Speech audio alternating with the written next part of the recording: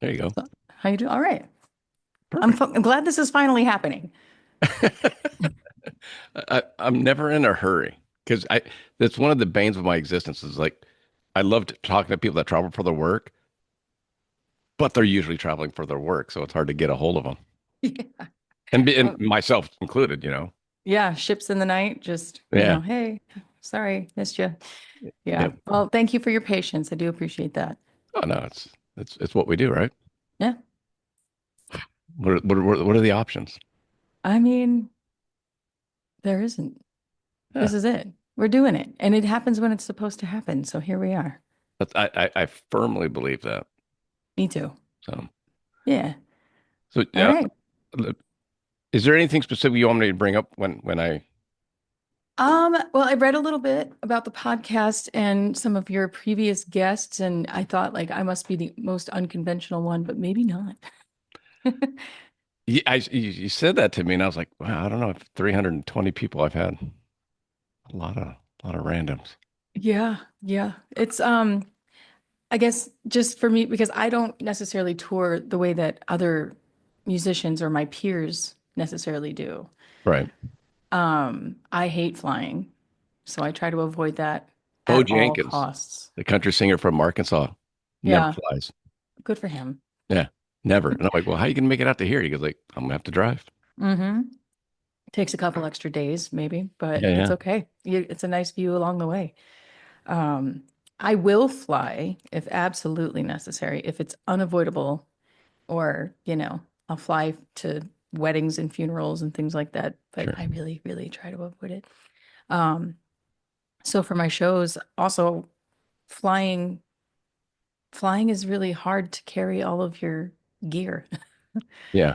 you And know. I've talked to guests, some past musical guests about that, where I go, how do you do it? And they're like, well, we rent gear. I'm like, you ever have problems with that? And they're like, oh yeah. Yeah, it's problems left and right with that. I try not to rent gear, although I did fly this past summer out to Reno for a festival gig, and there was no way I was bringing my keyboard. So thankfully there was a local company there that provided the back line and that sort of stuff. But I had to bring both of my guitars, and I have flight cases, but somehow these airlines still I find saw. ways. They find ways to break your, are we allowed to swear? You can do whatever you want. It's They a break your podcast. shit. They break your shit, and it's infuriating. Delta smashed the top of a Martin guitar of mine and took no accountability, Focus on no it. Yeah. nothing, no voucher, no, not just sorry. That was it. And it's pretty devastating for a young lowly musician like Well, myself. for anybody. I mean, that's Yeah, it's so I try not to do that if I can carry it on. And then there's always the battle between what's carry on, what's not. well, yes, and some flight attendants, Yeah. it's they aren't necessarily aware of the legalities because musicians, we are allowed to bring our instruments, and there are certain accommodations legally that we are supposed to be granted, but flight attendants don't always know all of those rules. So you have to tell them, and then you're And you hope they believe you. you hope they believe you, yes. But there's a lot of gate checking and things, and just a lot of Hail Marys and hoping your stuff's Well, okay. I've talked to a guy who does Lucas Hogue. I know that name, yeah. He's a country singer, and he does a travel show where for hunting and fishing, Okay. and it's on the American Country Network and all that. But I said, how do you travel with guns? I mean, like ammunition, and he's like, You yeah, lock it up. You got to yeah, lock it up. You got to check it and declare it. And I have also done that. So, yeah. um, at the first time I was a little afraid, but once you do it, you know the protocols and things like that. So I grew up in the country. I'm just Yeah, saying. yeah. Yeah. Well, not really. Northern Ohio. But Northwest Ohio. uh, Have you ever been there? I have. My parents are from Cleveland. Okay. My So mom, my like sister, my aunts. But they're on in Medina and Brunswick. They're more south now. between Toledo and Sandusky, have you been Yeah, there along that stretch of route too? it's pretty country. Yeah, it's pretty country. That's where I grew up, like right there. Ottawa County National Wildlife Refuge. There's Uh, bird watching and deer hunting. Yeah, my That's dad what, used to just go perch fishing up in the lake all the time. and perch fishing. Yes. Yeah, there you go. Yeah. Yeah. But definitely I prefer to drive. I prefer to drive whenever possible. And that way I don't have to deal with the airline scrutiny and getting pat downs and, I don't want anybody touching me. I just I don't. haven't. I've flown a lot. I haven't been touched. Well, this is one reason why Yeah, every yeah. single time. So for your listeners who don't know anything Well, about hold on, hold me, on, hold on. oh, okay. I thought we were here. We're just going for it. Yeah, let's slate it up and let me introduce you. Hold on a sec. Okay. Hey, welcome to the Travel Wins podcast today. My guest today is Crystal Bowersox. I've been waiting more than a day or two to talk to her. How are you Too today? long. I'm here. I'm finally here. A country singer songwriter based in Nashville, originally from Ohio. Curious, I have so many questions, and that's why I guess I was more persistent with you than some people that just say no to be on the show. But you know, the family dynamics that you have going on, the bus travel, which I travel in an RV for my work, uh, and then dealing with type 1 diabetes.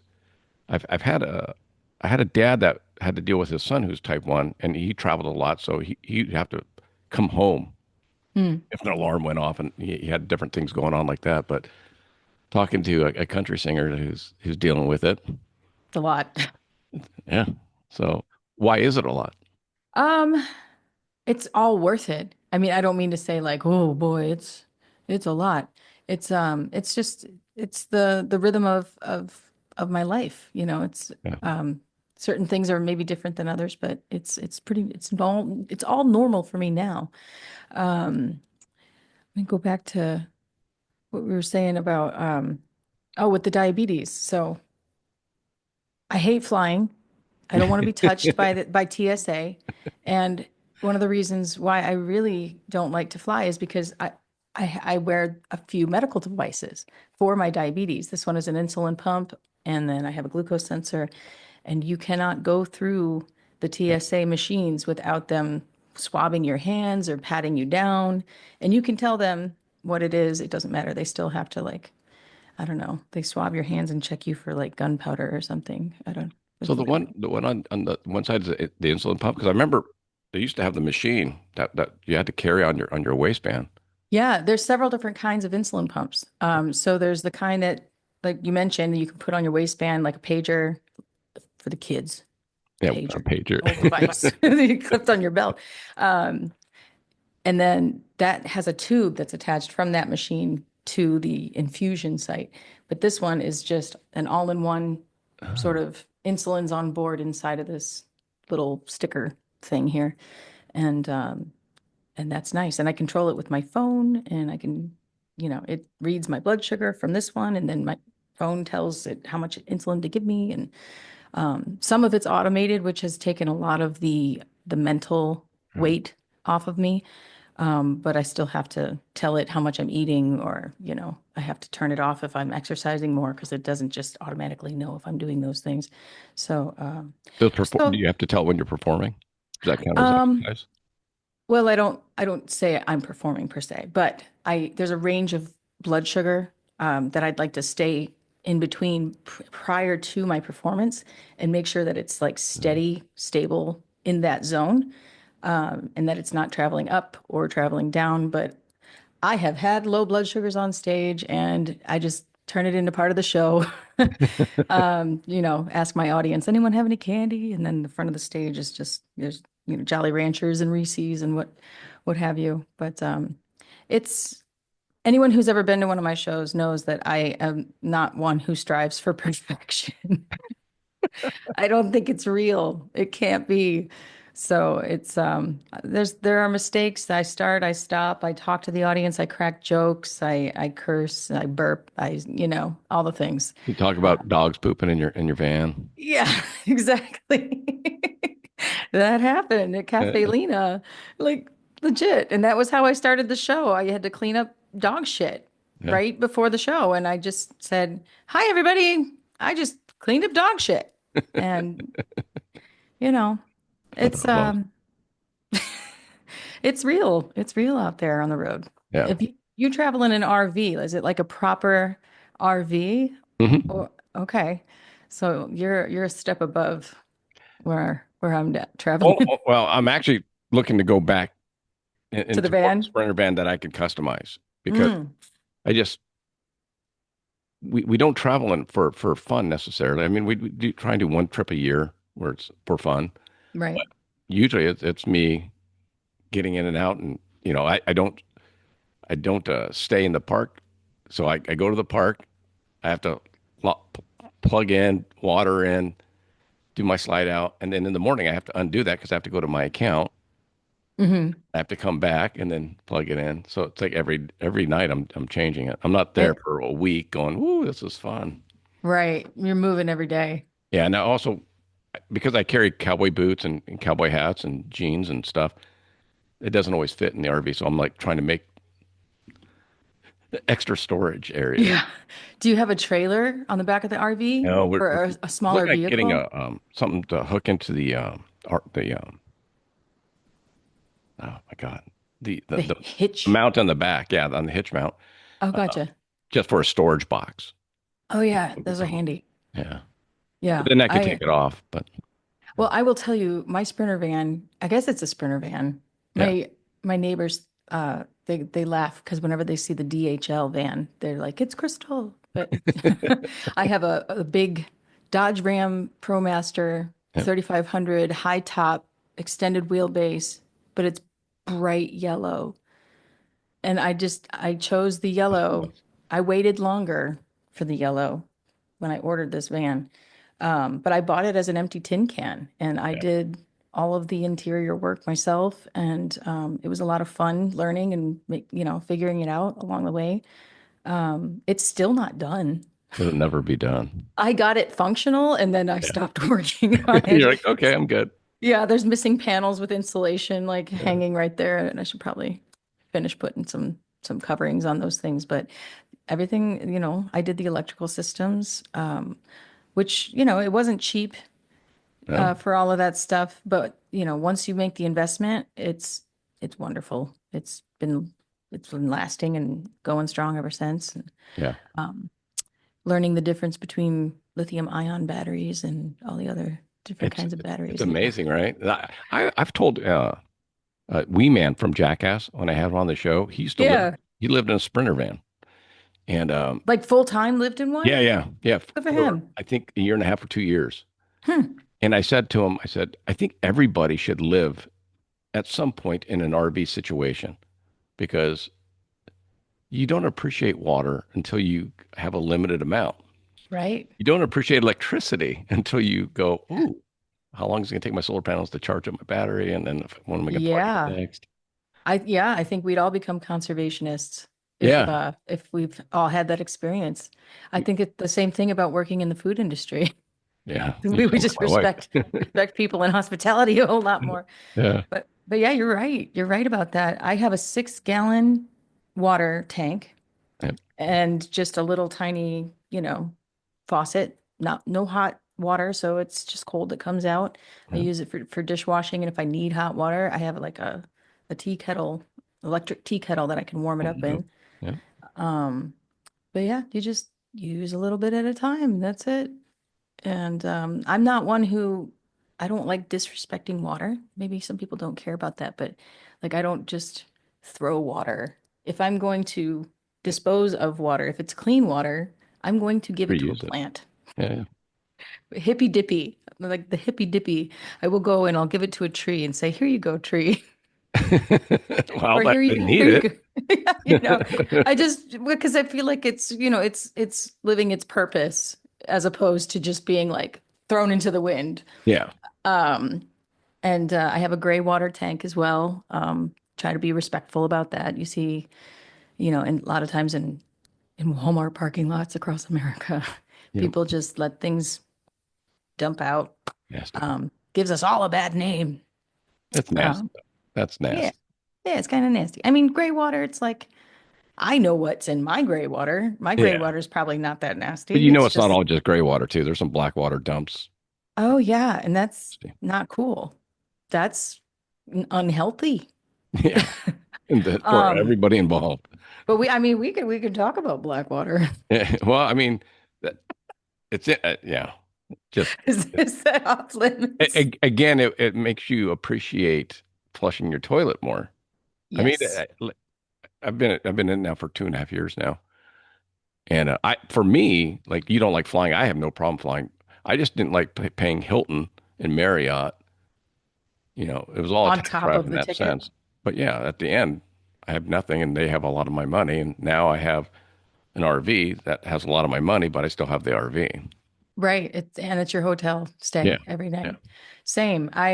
As a, touring musician, finding a place to sleep every night, either at the venue, near the venue, or in between that venue and the next venue. It's just like so much more planning and accommodations and bookings and things like that. And then also just the shuffle of rolling in at 3 a.m. yeah, and needing to grab all your stuff and take it up. And it's just, I'm going to sleep in the van. I'm going to like hop out of the front seat and into the bed. And everything's where I need it to be. And my car payment is my hotel expense. yeah. It's so much better that way. But yeah, you definitely learn to appreciate plumbing. I have I kind of want to have this conversation because I don't really talk about this with anyone, but I'm sure your RV has like a proper Blackwater tank and Yes. a hose that you hook up. You could stop at the Loves. You can pay $10 to dump. And I have it's a Thurford, I think is the brand. It's a toilet-sized porta potty. So I don't have a tank under the van. There, we have a strict rule in the van. There's no number twos. Yeah, yeah. That's a standard on most touring bands. Yeah. Yeah. So no number twos, only number ones. Every now and then there's an emergency and it happens. My son, one of his health issues, he has some GI issues along with his vascular Ehlers-Danlos syndrome. And, we've had some fun Yes. times. But, you go to the rest stops and stuff and you Yeah. carry in, it's a tank that comes off and it's like a suitcase Yep. and you just Seen go in. them. Yeah. So there are places to properly dispose of those things, and it's not a fun job, but it has to be done.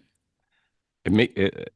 I've always said the worst job I ever saw on a construction site when I used to be in construction was cleaning out the porta potties. Oh yeah, because it's all men who work. I saw a woman. I swear to you, a woman came out. She got on top of the truck, had the big hose, and I'm like, "Ugh." I mean, Oh, she was the one cleaning it? yeah, she was the one dumping it, and I'm like, Oh, oh, okay.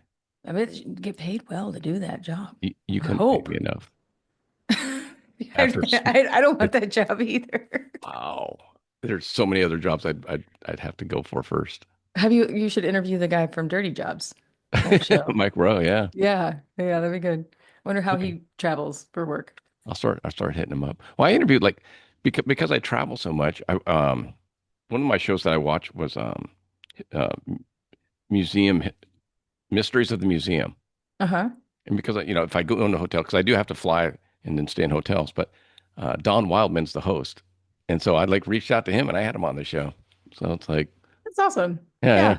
You never know. I mean, it never hurts to ask. And I know you asked me quite some time ago. I never said no.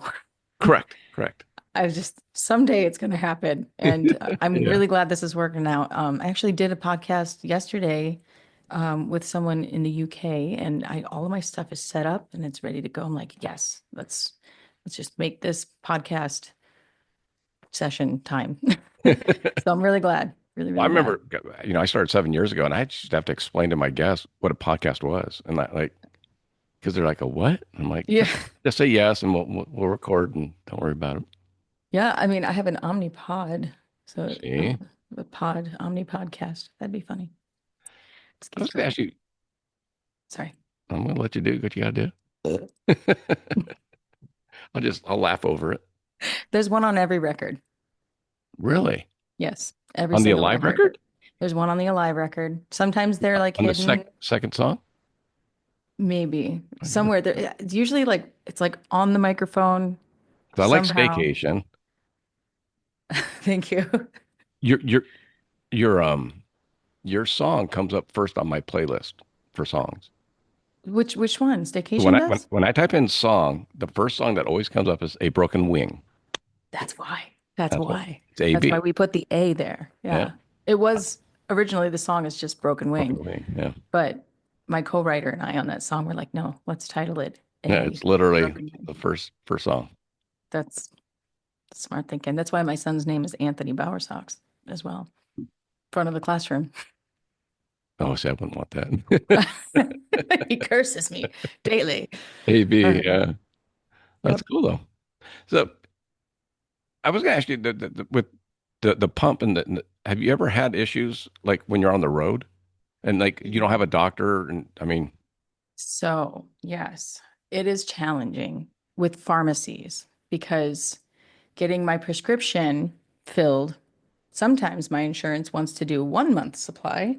Sometimes they want to do 3 months. I prefer 3 months because I'm not gone for longer than 3 months at a time. yeah, But every now and then they jump back to 1 month. I don't know why they do it. They just, I guess, to keep you on your toes. But I will have to, I have all of my, and I hate to say this because I'm not a huge fan of the wall of Mart, but they're everywhere. yeah, And yeah, I typically stay in Walmart parking lots in urban settings. So my prescriptions are right there. yeah. But I still have to call and have it transferred from one place to the next. And like I just tried to refill my diabetes supplies and I got a text on my phone. It says, your prescription is ready in Reno, Nevada. Like, Like, it's taking you I a don't while want to to go get back there. there. Yeah. I'm not, yeah. So I had to call them and, hey guys, release that prescription, and then called my local guys and move it all back here. And Yeah. sometimes I forget where I had it filled. That's always fun, trying Yeah, to yeah. go back through my schedule and figure out where I got my insulin, and try to get it back to my home pharmacy. So, again, it's just part of my normal. It's a hassle, but it's like There's no choice. there's no choice. Yeah, I have to do it. And the one that was the most recent medical fiasco on tour, I I have ADHD in an awful way. Like I need medication for it and Okay. just recently started taking medication for it, but it's also considered a controlled substance. Yeah. So my doctors cannot call it in out of state. I forgot to pick up my Oh, prescription yeah. before I left Tennessee because I have ADHD. I just left without it. And trying to get it in another place. Forwarded. Yeah. And I just couldn't. And so I had to go through that tour and just, spinning in circles. And it just makes life a whole lot more challenging for me. But I did see a doctor in Chicago who I had to go, pay full price because my Yeah. insurance wasn't going to let me see that doctor. So I just paid for a Okay. visit Yeah. and they were able to help me and get that prescription there in Illinois. And then I had enough for the rest of the tour. But you know, it is what it is. You know, because I try to see. I'm trying to think. I try and go to a lot of local bands, but even Hmm. like obviously touring bands. Like I go and watch X Ambassadors or whoever, right? You have no idea what their day included. The breakdowns, the fights, the blah blah blah blah. Oh yeah. Your guitar's getting crushed in Delta Airlines and all the other things that happen. And then they have to go up on stage and Smile. yeah, do this wonderful performance and But then that's get the done. but that's the sweet part of the whole thing. Like I think in any profession, there's a shit sandwich that you have to eat. It's just a matter of choosing what kind of shit sandwich you want, right? Because the thing you love about what you do, that's getting on stage and performing and interacting with fans and having that, like the show is the sweet spot. Yeah. Everything else is the shit sandwich, but it's all worth it.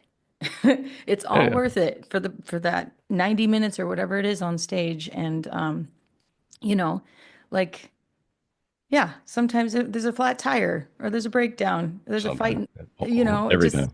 There's yeah. something. There's always something. There's always something. Now, I here recently have been I'm traveling solo. I am the driver. I am everything. I do all the things. I am loading in. I am the tour manager. I am tearing down at night. I'm selling the merch. I'm doing everything. And you know, the show is still the sweet spot, and then also sleeping Yeah. someday.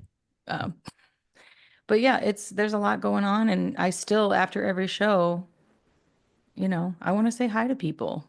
I don't think bands should ever forget why it is that they're able to do what they do, and that's because people show up, buy tickets, listen to music, and give a hoot See, about that's a you. whole different, you just hit a real sore spot for me because there Uh-oh. are definitely some artists that you would think should do that without having to charge $800, you know, Yeah. or not at all. I've told this story many, many times, and wow, let me think about this story. It's almost 40 years old now, Hmm. but there was a very famous country singer that I used to know the band, his backup band. And so when they would come in town, they'd say, "Hey, come on by to the hotel and we'll take you over in the tour bus and all that." And I'm like, "Cool." I was like 19, 20. And they go, "All right." So I'm like, we go over on the bus. I'm like, "Well, when am I gonna meet him?" And they're like, Mm. He's on his own bus. well, he comes on the bus, but when he's on the bus, no one else is allowed on the bus. Okay.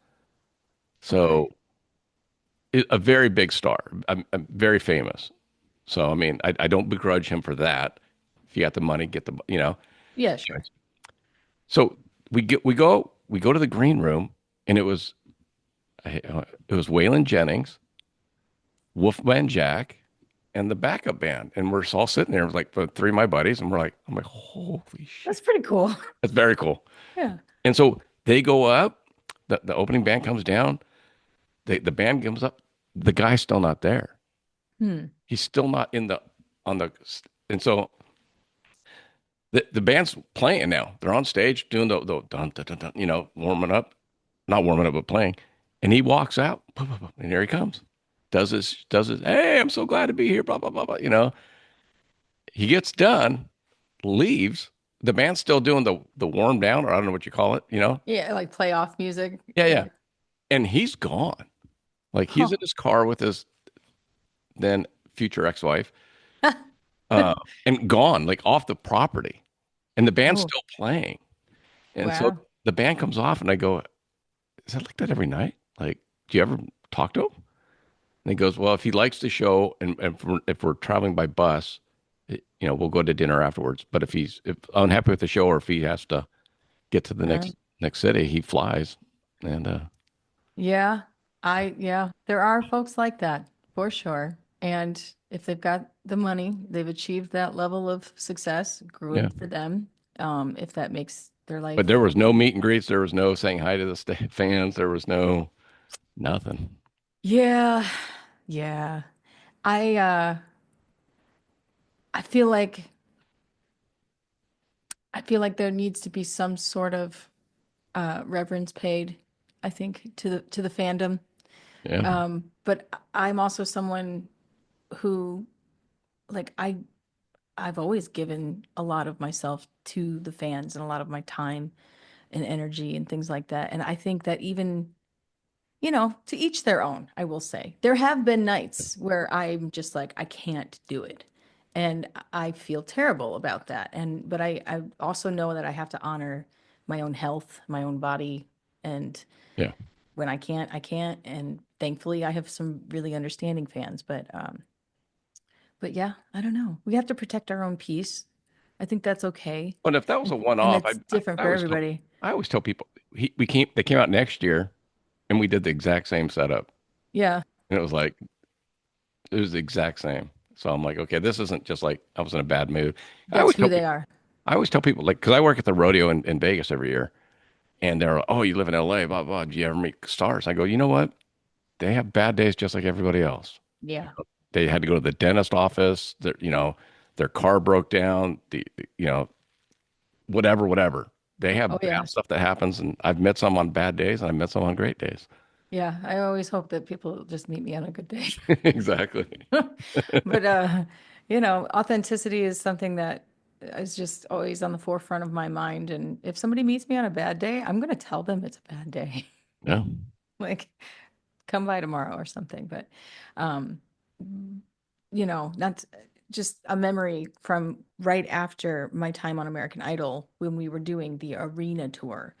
And that schedule was pretty wild. Yeah. But we had a bus driver. We were on the big fancy Provost buses, and after the show, the contestants would go out and sign for fans and things. And um, I was still sort of getting my legs about me, my tour legs, Yeah. and figuring out how to manage my diabetes while on these tours and things like that. And there were a few nights where I just couldn't do it. And also a mix of social anxiety. And because the fans then were, I think, like more rabid, like Yeah. TV sort of Yeah. fans.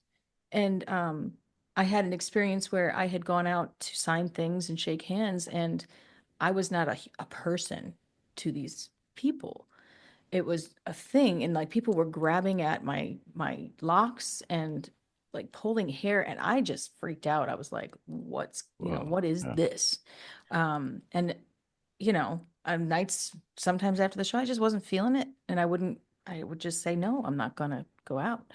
And then people, of course, were very angry about this decision, and you owe us, we put you here, and it's like, thank you. Yeah. But now it's like I'm just really grateful that 15 years later I'm still doing this, and it's in a much, I guess, smaller way. And that's fine. I'm very happy and comfortable at the level where I'm at, Yeah. because I can move at my own pace and take care of myself and things like that. But I'm just really grateful that people still show up, and I'm gonna go say hi to them. you know. So it's a big hug fest after the show, and I meet everyone in the lobby. Yeah, I'm the last person to leave. I'm the first one Either way. there, Yeah. Yeah. and I'm the last one to leave, no matter what. So I might as well say hi to everybody. So, I was going to ask you because I know you have some upcoming shows in back east in Maryland, New Jersey, and all that. Do, mhm. do you schedule them in the sense of do you go okay on the 18th? I'm here on the 20th. How much time do I have to travel? Because and I asked this because I just saw Julian Marley here, Yeah. and he said yes to being on the show like you, but I mean, he's touring. I looked up his tour schedule, and most bands or artists I see will give them a day of travel. In Julian's between. schedule, he's scheduling the 18th, the 19th, the 20th, the 21st, the 22nd, 24th, 20, and you're like, I mean, he's How do they do it? bouncing. I mean, Yeah. do you, do Yeah. you do you look at that now and go, give me a day to, I try to tell my agent, I'd like to do 3 shows in a row, no more than that, because I get pretty exhausted vocally and just physically yeah, after doing 3 shows in a row. But sometimes that's not really possible. And the way that the booking works out, a venue will have an opening on this night, and we have to do 4 or 5 in a row in order to make that work with yeah, everybody. And then maybe I get Monday nights and Tuesday nights off. But but otherwise it's like, and then the other thing with venues is there's always this 90-day, 90-mile clause. So I cannot play one show that is within 90 days or 90 miles of another show of that the show. venue, Yeah, so I have to travel 90 miles. distance, right, over 90 miles, which really it doesn't seem like it's that much, but in order Depends on where you're to, going. yeah, it's like if somebody plays the same bar every Sunday, people kind of become complacent. They're like, "Oh, I can go see him next week. Oh, I Yeah, can yeah. go." So it's a thing. She's only coming to town this one time, once a year. Make sure you come to that show. It just helps keep sort of ticket sales numbers up and stuff like that. But so I need to travel the distances between shows. Um, and it's also, too, I don't know about the artist you mentioned, but if I'm traveling with crew, if I have a tour manager, a band, merch person, in the industry, it's pretty commonplace that those people get a per diem or paid even on a day off. Sure, they have to So eat. for the artist who is footing the bill for everything, Yeah. you're like, well, we're going to do a show every single day that we're out on the road to try to keep your overhead low, which was actually some of the best advice that Sean Mullins ever gave me. Do you know Sean Mullins? I've heard, yeah. I mean, I don't know He'd him, be a but good one for your show too. Um, he It was so cinematic. We played a radio promo show in San Diego with the Doobie Brothers, I think it was. wow. And Sean, at the end of the night, he had a hat on like yours, like just classy hat, and carrying his guitar, and he's walking out these double wide loading doors. And I just yelled out, "Hey, Sean!" And he stops and he does the turn, and I was like, "Give me some advice for a newbie." And he just, with his whole, just his essence goes, "Keep your overhead low," and then kept walking. And that was it. That was it. And like it was so cinematic. I'll never forget that moment. But I didn't really understand what it meant at the time. But here I am years later, and I'm Keeping like, your yeah, overhead low. keeping my overhead low, trying to keep my costs down and make sure that my mortgage is getting paid and everybody's got health insurance. Yeah. So yeah, I do but know that part. yeah, That's gotta keep it that, low. that's the unfortunate. I mean, I'm an independent contractor, so I don't technically work for Stetson, but they're the product I sell, and I can't sell any other product outside of that. Hmm. But I'm an independent contractor, so I have independent contractor insurance, which in It's California sucks. yeah, the There's only insurance one part. provider now. Only one for Yeah, independent contractors in they the all whole left. state? They Oh, left. they all left. Yeah. Well, they didn't Yeah. leave the state. They left independent contractors. Oh, gotcha. Well, it's a California thing though? Like what was Yeah. yeah. I toured there this summer and it was tough. Like I love my California fans and I love playing at these California venues, but I do not like California gas prices. We like as much as I could, I went over to Nevada and like drove through Yeah. Nevada to get down to Southern California. It was worth a couple hours Yeah. Yeah. to do that rather than just go down the coast. But Brutal. That's oh, I tried. I was just in Nashville. My daughter lives outside of she lives in Morristown, Tennessee, which is east of Knoxville. But nice. when I land there, I'm like, oh my God, like $3 a gallon. Wow. Yeah. And I'm in Yeah. diesel, and our diesel was running high. I could send you a picture. It was $7 for Se when $7 for 1 gallon of diesel. yeah. Oh, Like, oh my God, I'll get yeah. gallons here because there's got to be something cheaper down the road. I feel like all of your listeners who heard us just say like, "Oh, I don't like to fly. I'd rather drive." I'd I rather yeah. drive in anywhere but California. Well, my wife's like, why don't you fly? And I'm like, I go, do you realize how? I mean, I have bags like body bags, size bags of cowboy boots. Yeah, like how would you fly with all the merch, all the And I got to gear? rent a car anyways, or a truck, and Right. not Yeah. worth it. Then you're at their mercy and oh, yeah. Renting vehicles too is, you know, I don't like doing that. I want my car. I want my stuff. Yeah. It's my son-in-law works for Enterprise, so I get Oh, the cool. family discount, which is pretty nice actually. Well, good for you. Well, yeah. 'Cause I'm That's- like you. I was always like whatever was cheapest, and for me, I just give me a car. I don't care. I don't, Yeah. I don't need a convertible. I don't need blah blah blah. Because I'm always for work, so it's like whatever, just give Yeah. me a car. But From now, A to B. Get me there. yeah, yeah, Yeah. Get me there. I need some decent trunk space, maybe. But exactly. yeah. Um, yeah. I mean, I'm trying to think of like other business travel things. Now, I've done some corporate gigs.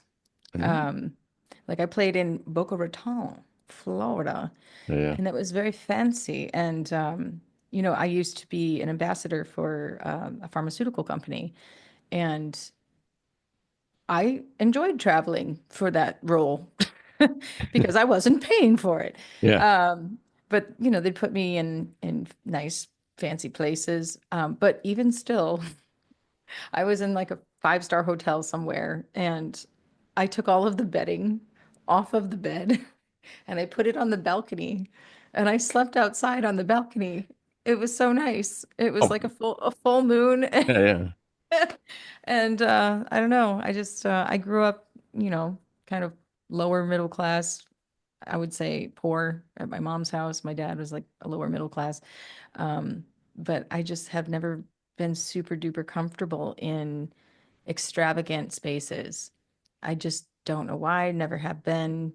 And so I'm in this five-star hotel. There were two bathrooms, and Yeah. I had that little kind of giddy moment of like, wow, look at this place. There's two toilets. I'm going to shit in both of them. Just But because I also, can. yeah, but also too, it's like I don't need all of this. I want to go back to, when you travel in a van or an RV, you're aware of Everything. everything. Yeah, Everything. I can live very, very small, and Yeah. I don't need much. Well, Um, that's the other thing too. I've told people in the van, you realize what you need versus what you would like.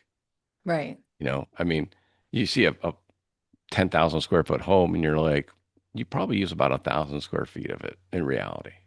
right. Everything else is just things to look at. Yeah, everything else is just showpiece. So Yeah, I guess you've got the money, that's what you want to spend on, do what you want. I yeah. just get it.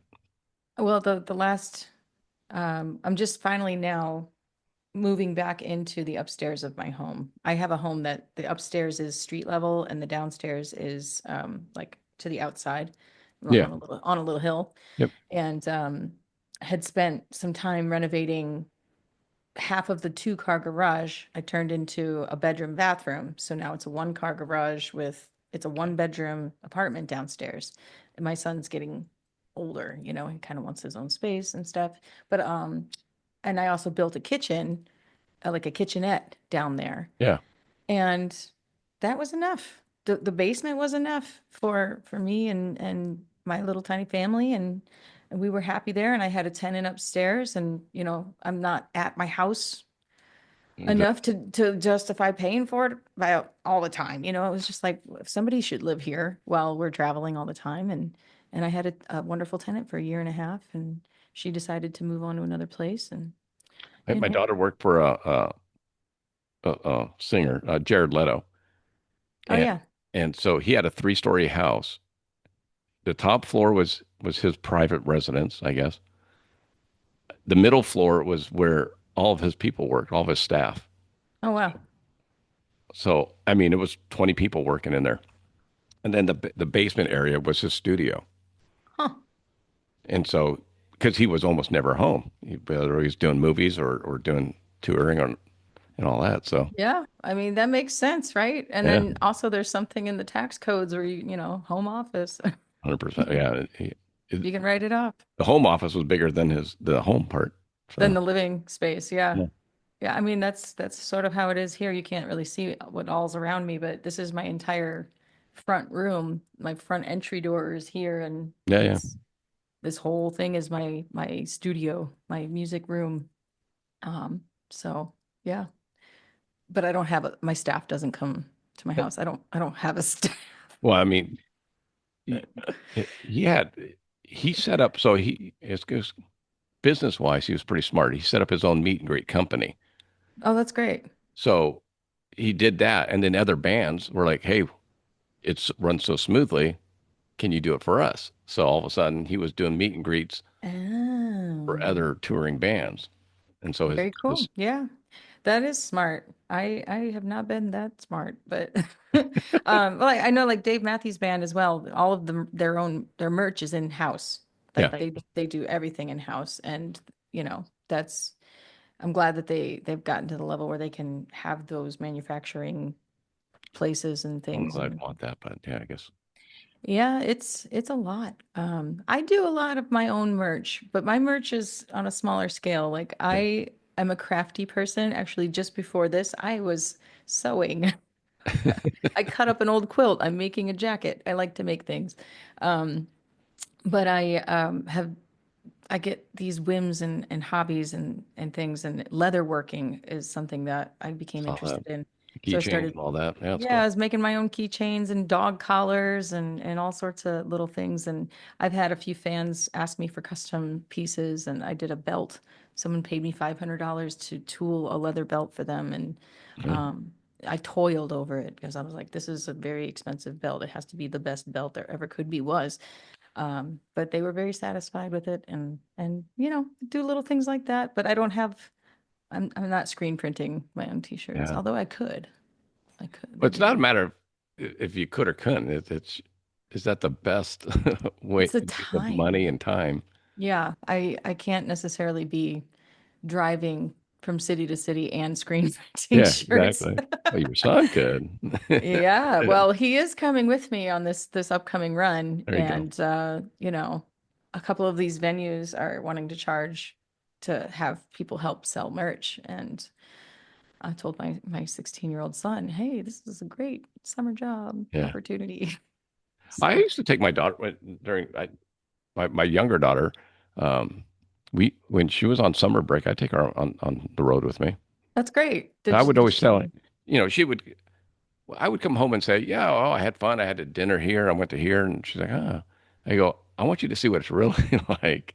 The hotel rooms and Yeah, and but shuffling around. It's yeah, it's good for them to like understand too if you're the traveling salesperson and you're the parent that's away, like, hey, what's dad doing while he's gone? right, That's awesome. And then you get that time too. So, yeah, 3 hours, 4 hours of uninterrupted talking. yeah. Yeah, Yeah, on the long drives. I mean, yeah, that's good. I think it's really good for kids to be witness to what we do and also like see that we enjoy what we do. yeah, yeah. And that we're not necessarily just, you know, slaves to corporate America, but you know, Well, we're do I remember I took her down to Calexico, which is right on the border.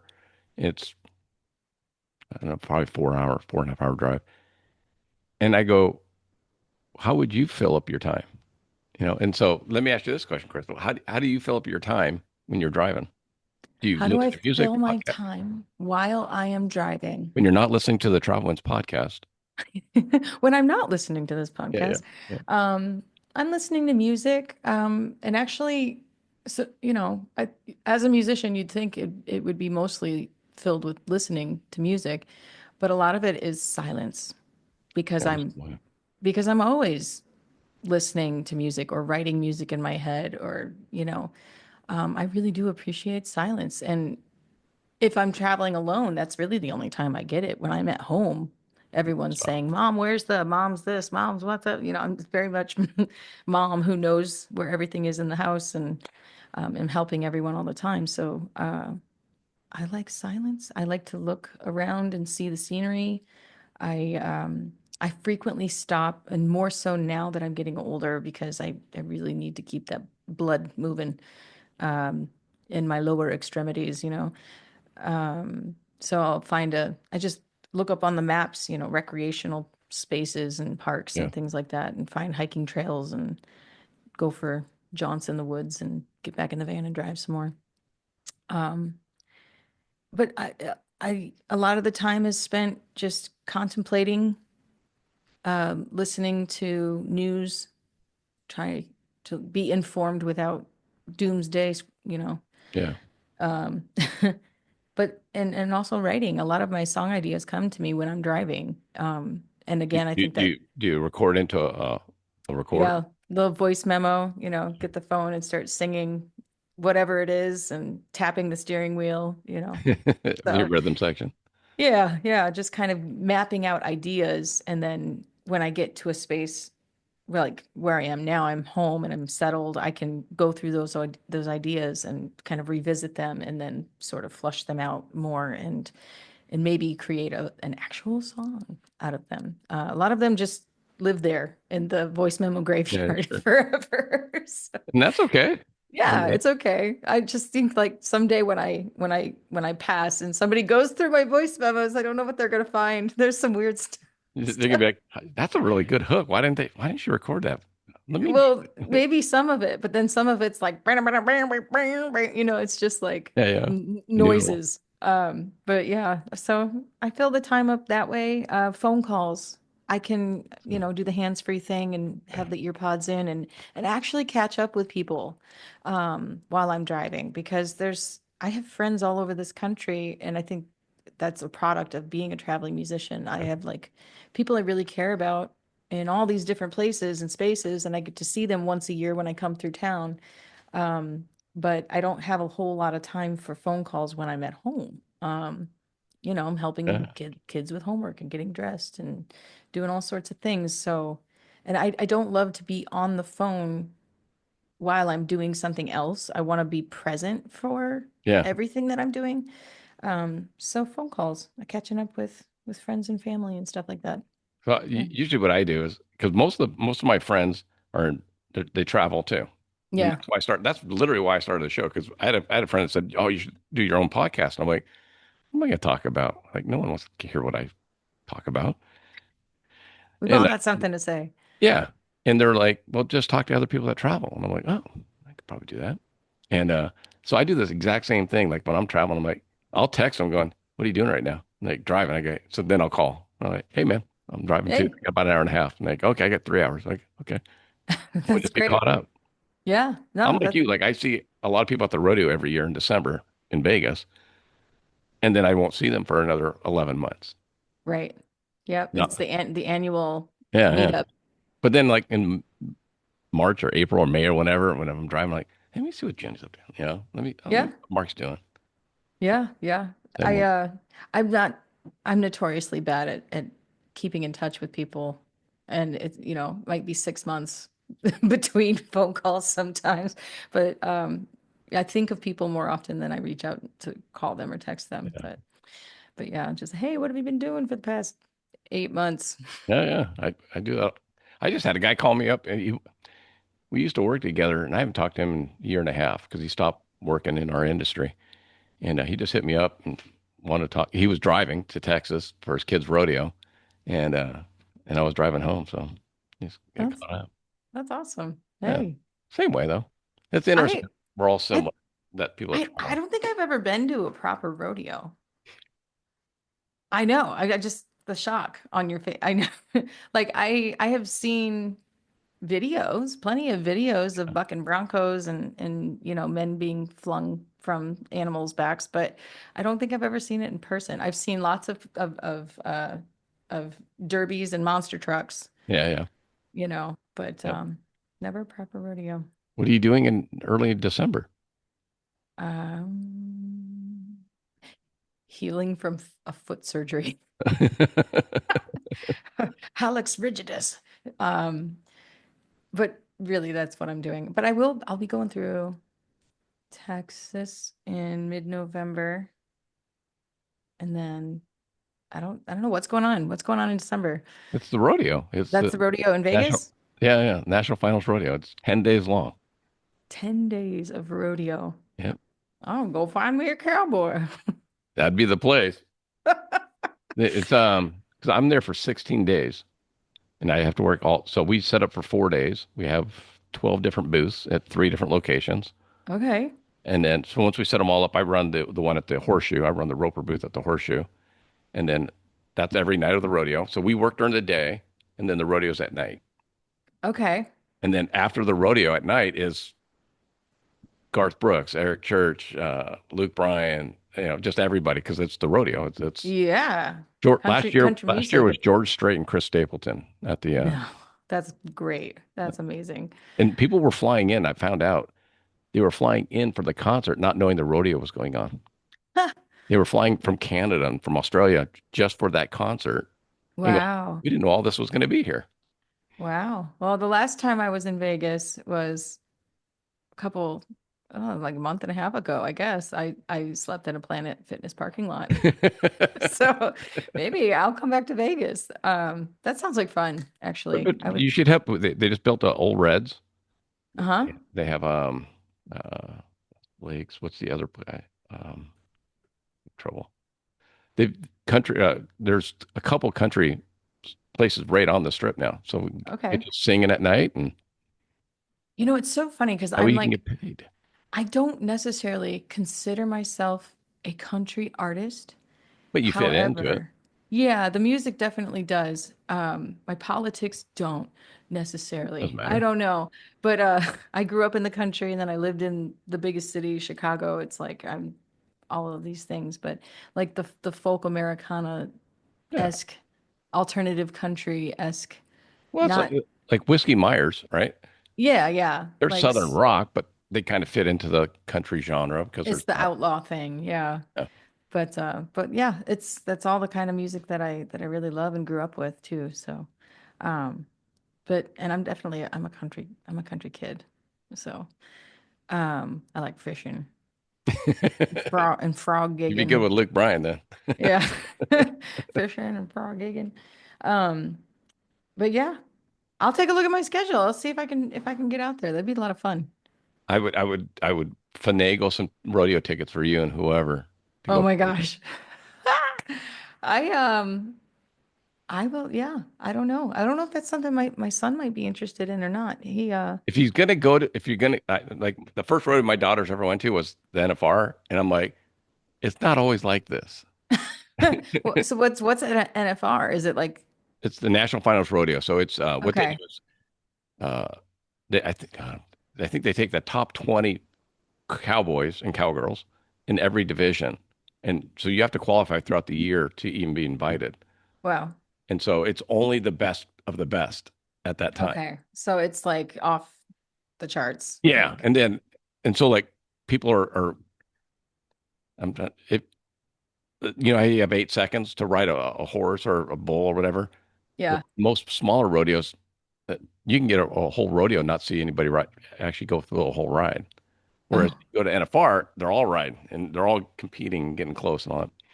But then you have like Reba McEntire opening up, or Arnold Schwarzenegger's the Grand Marshal type, for a night or two. that's so And I'm much like, fun. and fireworks and the whole production. It's Vegas, right? And I'm like, it ain't like that in most rodeos. Ah, that's great. That's great. I think the closest thing we've ever done, we stopped in Dodge City, Kansas, Yeah, my yeah. son and I, and went to the Boot Hill Museum there. Yep. But that's not a rodeo. It was No, just no. And like I said, I mean, you literally be watching. It's like going to the Super Bowl. If you don't watch football and you only go to the Super Bowl, you're like, oh, this is cool. They got Jennifer Lopez doing shows and right. fireworks and And then everything else is downhill from yeah, there. yeah. Yeah. And then you go to a Titans game. Yeah. Like Well, my son's very first concert that he went to was U2 at Bridgestone Arena. that's So so like, wrong. he just started up That's there so and wrong. it was so wrong. A friend of mine had used to work for them and had tickets, and so that's really why we went. And there was an older gentleman in line. My son's like he was 9 or 10, and he's complaining, "It's too hot. I don't want to be here." And this man was like, "Shut up, kid! I've been waiting my whole life to see these." But and my son didn't realize at the time, like, of It's a course, big deal. yeah, this is a really big deal, but he understands now and he laughs about that. But yeah, I'll just take him to the rodeo in Vegas and then he'll never have to see another rodeo ever again. Never If he again. doesn't want to. He'll have a good first impression. That's all I can tell you. Yeah, that sounds like fun. Yeah. We'll see. And you were saying too, like maybe once a year you do a trip that's just for fun. Yeah. I rarely get to do that, you know? I know. I like even this summer, the reason I played in California was because my son goes to a camp out there for kids with his medical condition. And so he was already going to go out there. And if I had to drive him out there because he actually can't fly due to pressure changes and things like that. Um, so I was like, I told my booking agent, like, hey, he's going to be there for a week. Take a Book tour me on out the of it. way out during the week and then on the way home. So yeah, made a tour out of it. So it's offsets the travel expense for sure. But 100%. yeah, And it's a good experience for him. totally. Yeah, it's a life-changing thing. Just shout out to the Marfan Foundation for hosting that. So yeah. But yeah, so I try to make my trips pay for themselves if I can. Yeah. Well, But I, Vegas sounds like fun. well, yeah, and you could. I mean, like I said, there's Stonies. There's oh God, um, John Rich's place is gone now, but I mean, they have Old Red was fun. I mean, I went there. Yeah. Yeah, Old Reds. There's an Old Reds here on Yeah, Broadway yeah. in Nashville. I guess it's the Um, same. I haven't been in the one in Nashville because I tend to stay off Broadway when I go in town. But in Vegas, they said it's the same way. Like it's 3 or 4 stories. They have a big deck on top and Very all cool. playing music. Yeah, I'll get it out there. I've been to Vegas a couple times. That's actually years ago. I don't know if you recall, I did a commercial with BB King. Oh wow. It was pretty cool. It was for One Touch glucose meters. It was a Okay. Diabetes World Oh yeah, thing. yeah, yeah, yeah. And I got to meet him. That was at the Hard Rock in Vegas. And I flew my dad out for that because my dad's a huge blues music guy and Yeah. he cried. My dad cried. That's awesome though. Yeah. And then I played slot machines with my dad. That was like a very interesting first experience for gambling with my father. I don't know. But yeah, I got to get back to Vegas. I think that sounds like fun. I don't know if it's going to happen or not, but that would be Yeah. fun. But my dad and I got kicked out of a casino for gambling together. The Golden, the Golden Nugget in Carson City, Nevada. You He got taught me kicked how to out of the count golden. cards, and I was like 22, 23. Yeah, you're not supposed to do that. Only because they tell you not to, but Right. it's not illegal. Yeah. If you can do it without anyone figuring out that you're doing it. Right. So we didn't do that. We didn't do that part. So it was like midnight. I was living in Sparks in Reno area. Yeah. Yeah. I got a And good uh friend and out he there. he lived in Tahoe. So we would meet up somewhere in between usually. And then so we went to the Golden Nugget one night. We were up like $1,000 and they didn't like that. So we were in the middle of a hand and they come down and the guy comes over and goes, we'd like you to leave. Tap on the shoulder. No, it was right Time. to your face. Oh, We'd like you to leave. We're goodbye. like now or yeah, pick up your chips and just go. Wow. We're like, Oh, okay, this trip is over. we're Oh, done. wait. So you got your payout though, right? Yeah, Like yeah. I mean, okay. I earned it, but just don't come back. And then they keep an eye on you. I can't imagine now with all the face recognition Yeah, technology and all this stuff. Wow. yeah, yeah, My uncle, I won't say which uncle, but one of my one of my uncles is very talented in that in doing what you yeah, say that you did. And I don't know, he's always been really good at it and he lives this life of, he gets free hotel rooms around the country at different yeah, casinos and I once saw him in Colorado and he's like wearing a robe and walking through the hotel like the dude, like the Big Lebowski yeah, yeah, with his white Russian and he's just like waves to the lady at the bar, "Hey Sally," and "Oh, hey," yeah. just everybody knows him and he has a fun life. He just bounces from casino to casino and My father-in-law was who passed away a couple years ago, but they live in the Vegas area. They live in Henderson, and but so he would go to all the local casinos, not yeah. the strip. You don't go. It's like living in Nashville, and your friends come in town. They go, "Oh, let's go to Broadway," and you're like, "Oh, hey, really?" Yeah. Parking, traffic, drunk people, throw up. Yeah. Not after 10 p.m. Don't go. Don't Las go. Vegas is the same way. If you live in that area, you avoid the strip unless you work Right. on it, right?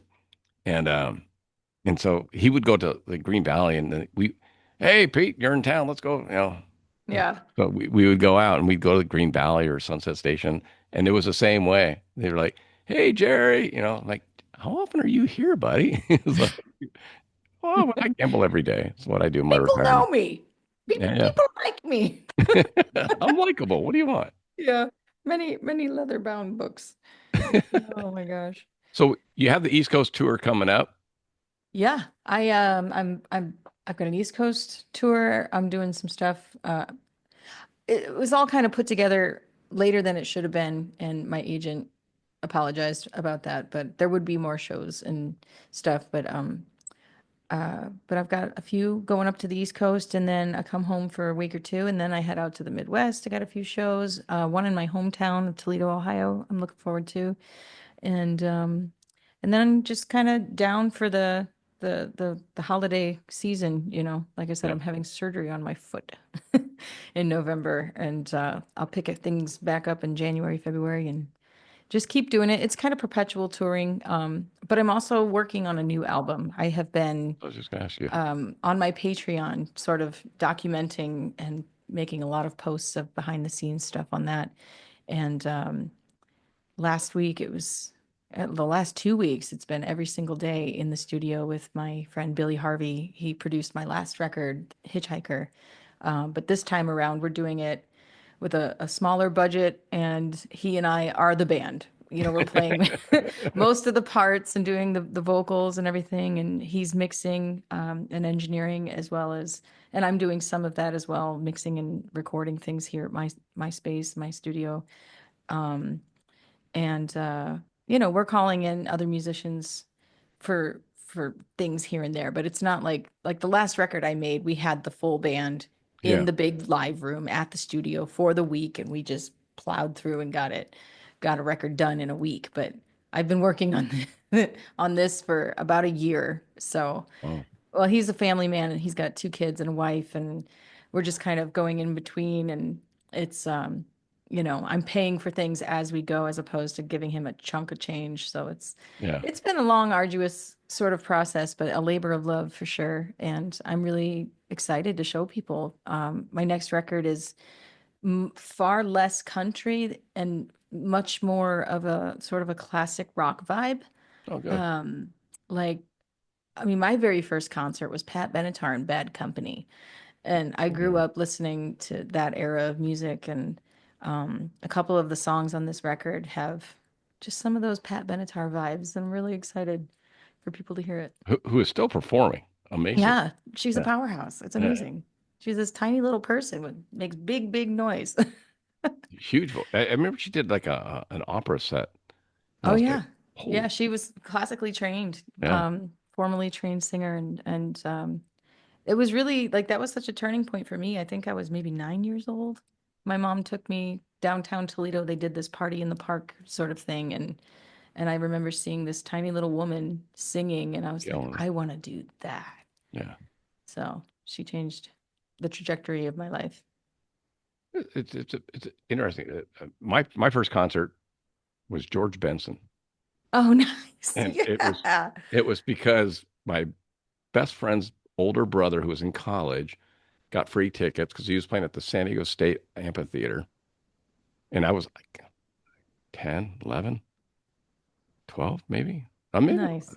Anyway, I'm about that age, and he's like, "Hey, do you want to go? My brother's got free tickets because he's working, at the amphitheater." I'm like, "Yeah, I guess, you know." And I was like, George "Wow, Benson. it's George Benson, yeah." Who That's said all. yes to be on the show, but then his manager said no. Oh, come on, managers. Come on, people. I am my manager. I Exactly. manage. I That's all we manage. need. All the high-paid people. Right, yeah. Yeah. It's so funny, like the eclectic musical tastes. Um, my son and I actually this weekend are going to well, I don't know when this will air, but right now, this weekend, Oh, we're well, going to see it'll be, yeah. like a hip hop electronic act. And it's not necessarily music that I've ever listened to, but my son's into it, and You'll we're both gonna check go. it out. We're gonna go go to see this act called Daily Bread. They're widely popular, and it's like drum and bass music, hip hop stuff. I'm gonna go have a good time with my kid. It'll be fun. Oh, my daughter, my oldest daughter, loves EDM. Yeah, I don't get, I don't, that's not, I appreciate it. A couple songs I like, but yeah, would I spend, 2 days at a festival? No. right. Yeah, I don't want to spend 2 days at a festival necessarily either, but I Yeah. like the glow sticks. I think that's what the kids do. The Yeah, okay.